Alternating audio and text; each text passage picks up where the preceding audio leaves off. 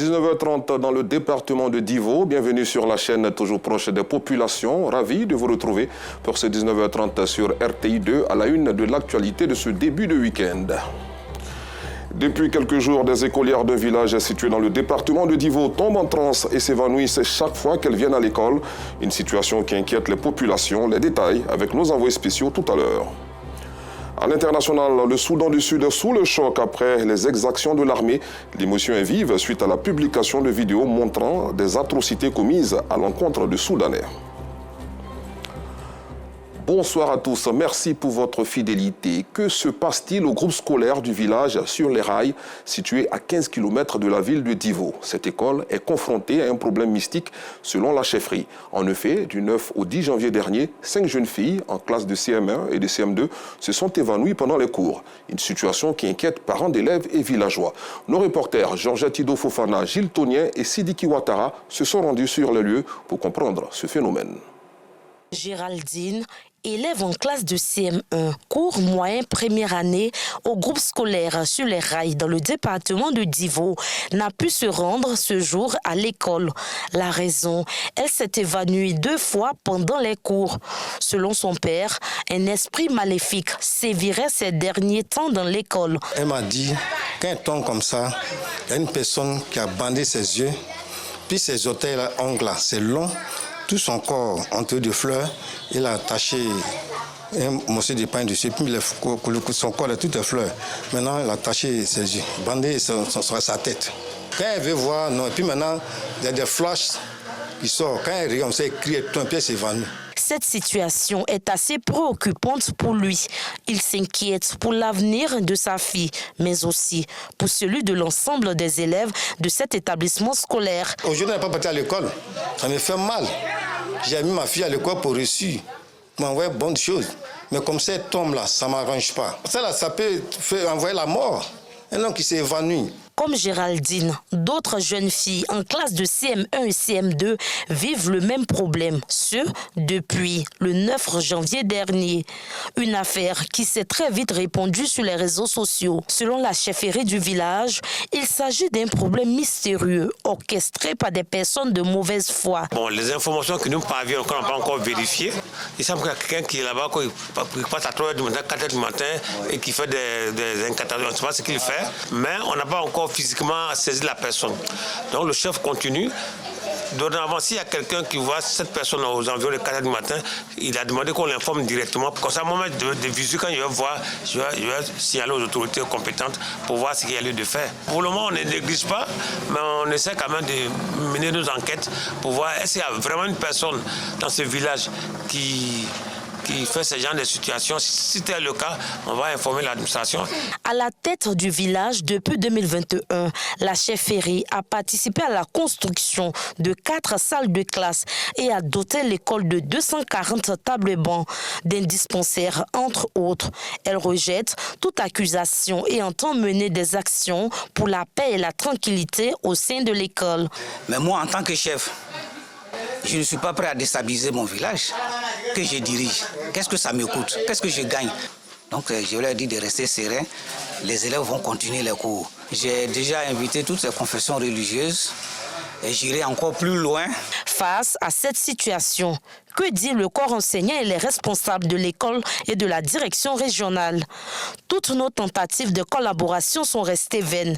À preuve, après le groupe scolaire, nous nous sommes rendus à l'inspection de l'enseignement préscolaire et primaire de Divo municipalité. Là encore, silence radio.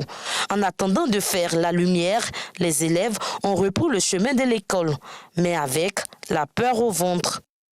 Vivement qu'une solution soit trouvée, car cette situation suscite l'inquiétude de certains parents d'élèves qui envisagent même de retirer leurs enfants de l'école. Parlons agriculture à présent. Le prix plancher borchant du kilogramme de la noix de cajou a été fixé à 425 francs CFA pour cette campagne 2025.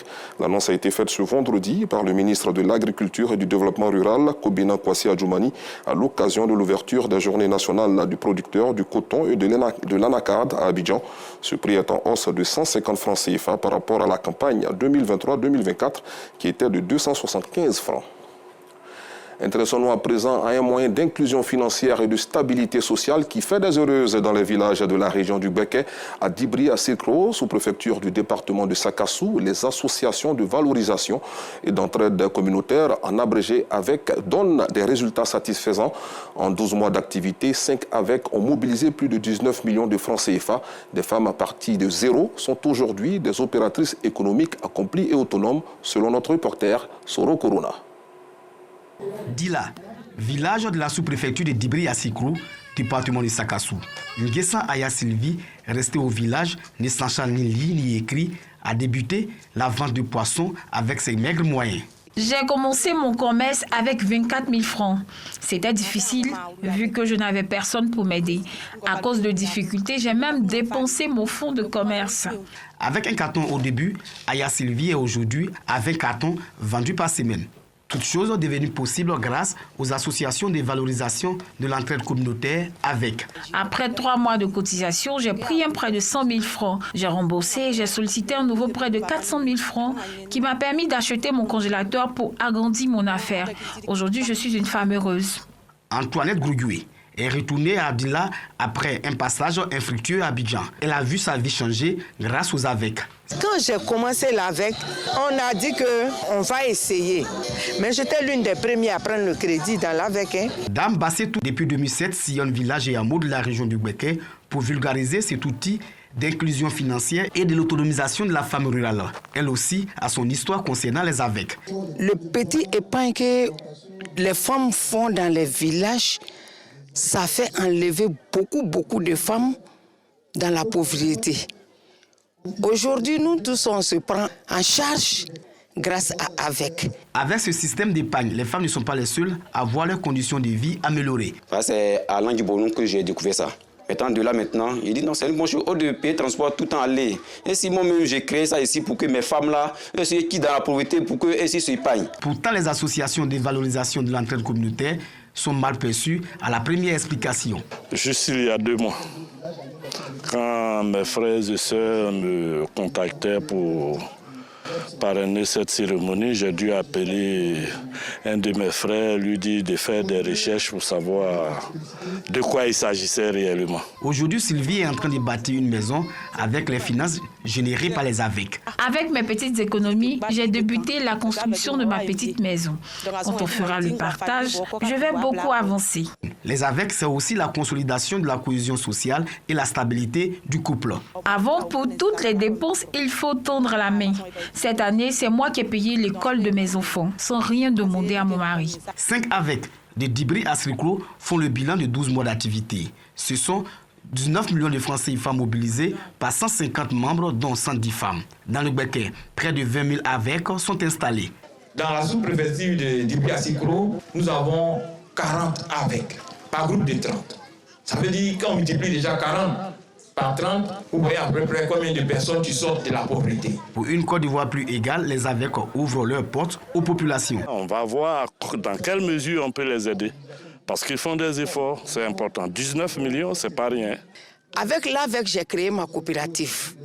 Aujourd'hui, mes membres sont plus de 4 000 dans la région de Béké. Si on parle des millions, nous aussi on peut parler des millions. Si on parle de cohésion sociale, on peut parler de ça.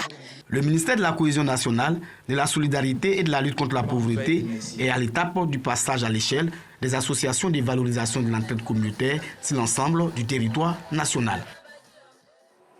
Parlons santé à présent. Il y a 10 ans, le président Alassane Ouattara inaugurait l'hôpital Saint-Joseph Moscati à Yamoussoukro. Il fait partie des premiers vœux réalisés après la basilique Notre-Dame de la Paix, dont du père de la nation, Félix Houphouët-Boigny. Une décennie après son ouverture, l'hôpital continue d'offrir des soins de qualité aux plus vulnérables dans le respect de la dignité humaine. Kader Sogodogo. Yamoussoukro, l'hôpital Saint-Joseph Moscati. Il a été inauguré en janvier 2015 par le président de la République. Le 6 septembre 1992, alors Premier ministre, Alassane Ouattara était aux côtés du président de la République d'alors, Félix Houphouët-Boigny, pour la pose de sa première pierre.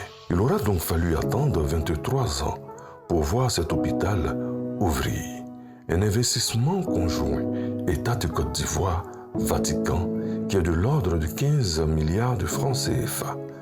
Une décennie après sa mise en service, l'hôpital Saint-Joseph Moscati reste attaché à sa mission, prodiguer des soins curatifs, préventifs et promotionnels de qualité, financièrement accessibles, notamment aux plus pauvres, par un personnel qui cultive un comportement caritatif et fraternel et qui ne tombe pas dans le piège de l'égoïsme et de la recherche des intérêts personnels. À ce jour, l'hôpital travaille pour être à la pointe de la technologie. L'hôpital Moscati maintient comme principe la centralité de l'être humain dans les processus de soins. En référence aux valeurs catholiques, comme nous l'a écrit le pape François le 24 janvier 2022, en disant « Continuez à vous ouvrir à l'exemple de Saint Joseph Moscati, qu'il a exercé sa fonction médicale en servant de manière désintéressée et avec grande charité, surtout les plus pauvres. » Dans ces dernières années, notre attention s'est portée sur l'analyse des besoins des bénéficiaires, sur l'innovation technologique et l'informatisation du système de soins, pour mieux s'offrir à la population. Un personnel estimé à 330, dont les un tiers sont des médecins. Toutes les spécialités sont représentées. Les acquis, c'est déjà les services qu'on a pu offrir à la population du Bélier et des régions environnantes, avec des besoins qui étaient demandés au niveau de la santé. Et nous, ces besoins-là, nous avons pu les apporter par la présence d'un certain nombre de spécialistes au niveau de l'hôpital. Donc c'est un bénéfice énorme pour les populations d'avoir des spécialistes. Sans cela, ils seraient encore obligés de se déplacer sur Abidjan ou alors d'autres métropoles, d'autres villes, d'autres pays pour avoir ces soins-là. Et ces soins sont tous regroupés maintenant ici au sein de l'hôpital Moscati. Des patients satisfaits de l'offre. L'hôpital Moscati, c'est l'excellence.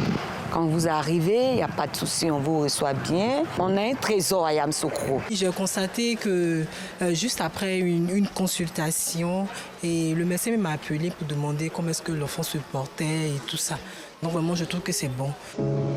Chaque année, l'hôpital Saint-Joseph Moscati de Yamoussoukro réalise plus de 30 000 consultations, 500 interventions chirurgicales et 600 accouchements.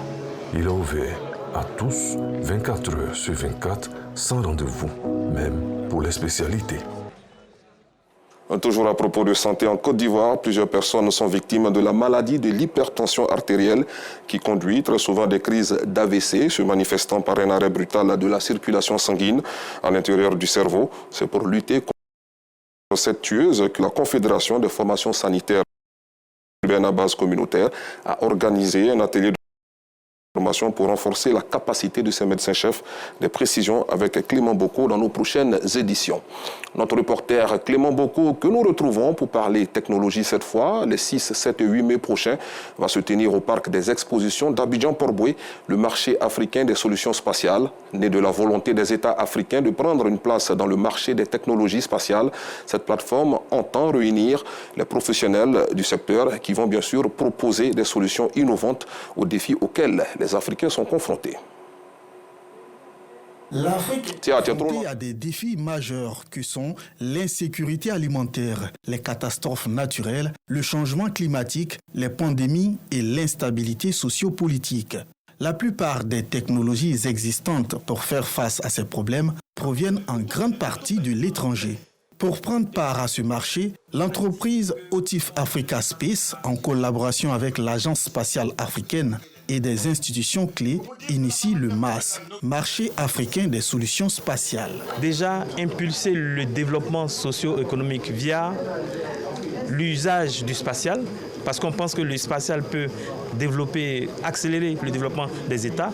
Il y a le fait aussi de créer cette industrie, parce qu'elle est quasi inexistante dans beaucoup de pays. Donc, créer l'industrie qui peut générer en fait des milliers et des milliers d'emplois. Il y a le fait aussi de créer de la coopération entre les États pour accélérer le développement. Pour cette première édition, c'est le parc des expositions de Port-Boué qui va abriter l'événement les 6, 7 et 8 mai prochains. Si une population de plus d'1,3 milliard qui en 2050 devra être plus de 2 milliards, Voici un continent de 30 millions de kilomètres carrés avec toutes sortes de ressources naturelles que vous pouvez imaginer, avec tous les enjeux sécuritaires aussi.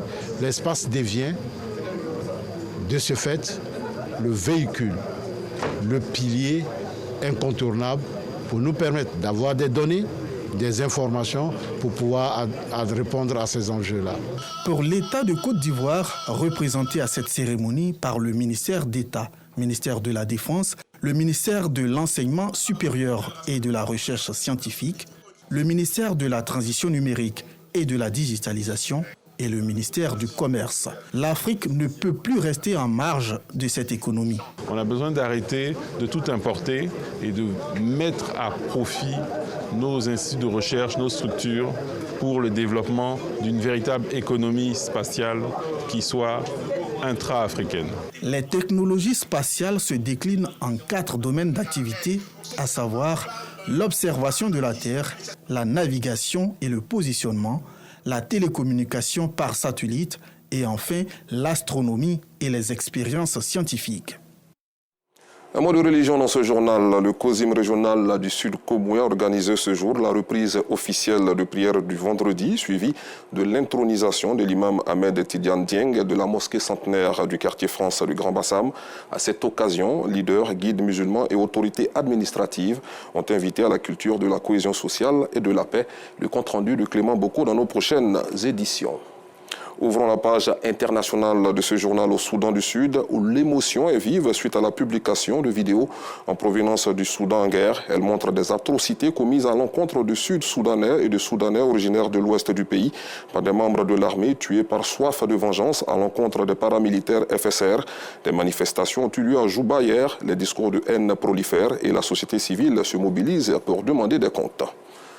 Hors du continent, ce sont de longs mois de négociations qui touchent à leur fin au Moyen-Orient. Après plusieurs crises de dernière minute et d'ultimes tractations, le cabinet de sécurité israélien a approuvé ce vendredi l'accord de cessez-le-feu entre Israël et le Hamas.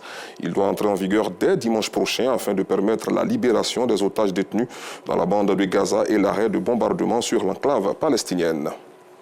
Point de chute de cette édition, le Pakistan où l'ex-premier ministre a été condamné ce vendredi à 14 ans de prison dans une nouvelle affaire. Incarcéré, cité dans 200 affaires, Imran Khan a été condamné pour corruption, un revers important pour le chef de l'opposition. L'ancien joueur international de cricket qui compte faire appel attribue à l'armée ses ennuis judiciaires destinés selon lui à empêcher son retour au pouvoir. Merci pour votre attention. Excellente soirée sur RTI2. Bon week-end.